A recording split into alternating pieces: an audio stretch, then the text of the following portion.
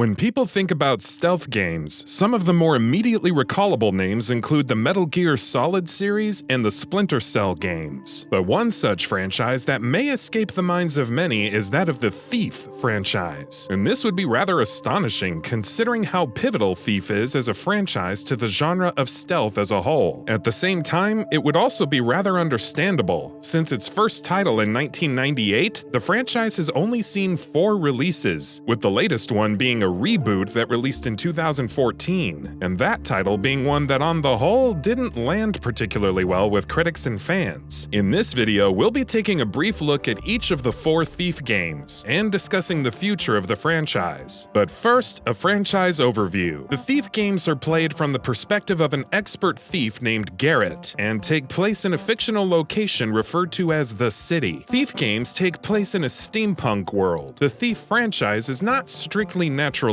Additionally, a type of mysterious magical energy called primal is similarly important. There are a type of enemy named freaks who are humans that have been experimented on with primal energy. Enemies abound in Thief games, and as Garrett is a thief foremost, Thief games greatly emphasize avoiding confrontations rather than direct engagement, though players do have the option to fight directly if they so choose. Other distinguishing features of Thief games are their more complex storylines and darker tone. The first Thief game, also known as Thief: The Dark Project, would release in 1998 for the PC. It was developed by Looking Glass Studios, a name you're very likely familiar with if you've played the System Shock games. Thief: The Dark Project went through quite a journey before its final release. It didn't even start out as a stealth game, but sprung from a variety of ideas, including a first-person sword-fighting simulator in which you fight against zombies in the Soviet Union as a CIA operative. These ideas later evolved into Dark Camelot, featured Mordred as a protagonist, and played with the conventions of Arthurian legend. Still, the development team was at a loss for basic gameplay ideas until one of the team members suggested working on a thieving game. At one point, a multiplayer mode was planned, but later scrapped. As development progressed to completion, Looking Glass would lose half of its employees, but the game would eventually release, and it would release to great critical acclaim, with the title being seen as a standout amongst other PC games, with its emphasis on story and atmosphere. Interestingly enough, the supernatural aspects of the game experience were criticized as it led to a lack of grounding for the story, but certain basic stealth ideas such as using darkness and light for hiding and sound to interact with enemies were seminal and made Thief as popular as it is, a stealth title on a platform that wanted it before it knew so. Such elements are now considered foundational to the identity of Thief as a franchise. The first Thief game also later saw an expanded release titled Thief Gold, featuring new maps and some bug fixes. The Thief games were planned to be a trilogy. There would be a second Thief game that released in 2000, Thief 2: The Metal Age. But before Thief 2 released, Eidos Interactive and Looking Glass Studios would sign a contract to produce 4 new games in the Thief franchise, a count that would start with the release of Thief Gold. In contrast to the first game, the 15 missions within Thief 2 were designed first, and then a story was made to suit them, as opposed to the game's story being written first. Again, Looking Glass would try to include multiplayer play, but it wouldn't make it to the final release. And as with the first game, Looking Glass would endure serious financial difficulty as development on Thief 2 progressed. Eidos was apparently quite stern in telling Looking Glass to make sure they met shipment date for the game, and in order to do so, employees worked heavy crunch hours and even basically lived at the office. But Looking Glass would make shipment date, and Thief 2 would be received by critics as a more evolved, generally improved Thief game. Due to the dire financial straits that Looking Glass was in even after the release of Thief 2, Looking Glass would be closed down in May 2000. However, there would still be a third Thief game, Thief: Deadly Shadows, developed by Ion Storm. Ion Storm, owned by Eidos in 1999, tried to acquire as many Looking Glass employees as they could. Ion Storm is also a name you're probably familiar with if you've played Daikatana or the first 2 Deus Ex games. Incidentally, this is the last game that Ion Storm would work on before they too were shuttered. Months after Thief 2 released, a great deal of conceptual work had already been completed for Thief 3, since the Thief games had initially been planned as a trilogy and a contract had been signed for 4 games including Thief Thief Gold. Deadly Shadows would release for both PC and Xbox, the first Thief game to enjoy multi-platform release and to release for a platform besides the PC. When the game finally released, it enjoyed great critical acclaim amongst reviewers. Deadly Shadows introduced the new cover feature of flattening against walls to enhance the stealth experience. The lighting and sound mechanics were even more fine-tuned than they were in previous games, with shadows adjusting dynamically in accordance with light sources, and sound audibility influenced by such factors as the material absorbing casted sound. Notably, this game also introduced free exploration of the city between missions, greatly adding to world building. The final game in the franchise, 2014's Thief, is a reboot set several centuries before the initial trilogy, and developed by Eidos Montreal. It released not only for PC, but for the PS3, PS4, Xbox 360, and Xbox One. Initially, an experience system had been planned for the game, but this was scrapped following backlash from fans. Touted aspects of the game included a variety of weapons with which to engage enemies, should you favor that approach even if it isn't meant to be a core part of gameplay, and branching paths for levels. The game's AI is such that it knows the layout of levels and can thus anticipate Garrett's hiding spots. Following the release of Thief 2014, Eidos Montreal implicitly suggested that reception to this game would influence moving forward on a next game, but considering the comparatively lukewarm reception to the reboot and the lack of much praise from Square Enix regarding commercial performance, it seems that any plans that might have existed for a new Thief game have been shelved. So what's next for the Thief franchise? It's pretty clear that there are no new titles in the works, while at one point it would have seemed that there was a fifth Thief game in development per a comment from film company Straight Up Films, which has acquired the rights to a movie for Thief. Their comment said that a fifth Thief game was in development and going to be released in conjunction with the movie's own release. Eidos Montreal, developers of the fourth Thief game, would within a week dismiss the apparent existence of a fifth Thief game through a tweet, publicly confirming the lack of a fifth game's existence at the time. That episode for the franchise was the last we've seen regarding any sort of movement for the Thief series. There isn't much news on the Thief movie that is apparently being worked on by Straight Up Films either. Let us know your thoughts in the comments section below. Is the Thief franchise basically finished? Does a new Thief game need Ion Storm or the original staff in order to be a proper Thief game? Would a new Thief title need something new in order to survive in the current gaming climate? It's not hard to think that the Thief franchise wouldn't have resonance today, but with the 2014 Thief game not performing well commercially, it seems unlikely that Square Enix is going to move forward with the franchise. All of this aside, the Thief franchise is a standout thanks to the great deal of creativity that goes into its very specific identity, and it would seem regrettable to see it go by the wayside, especially since the stealth genre isn't one of the most active in gaming today. And that about does it for this video. If you enjoyed what you watched and want to see more from GamingBolt, please hit the subscribe button. Also, don't forget to switch on the notifications bell icon next to it. That way you'll never miss any of our videos. Thanks for watching.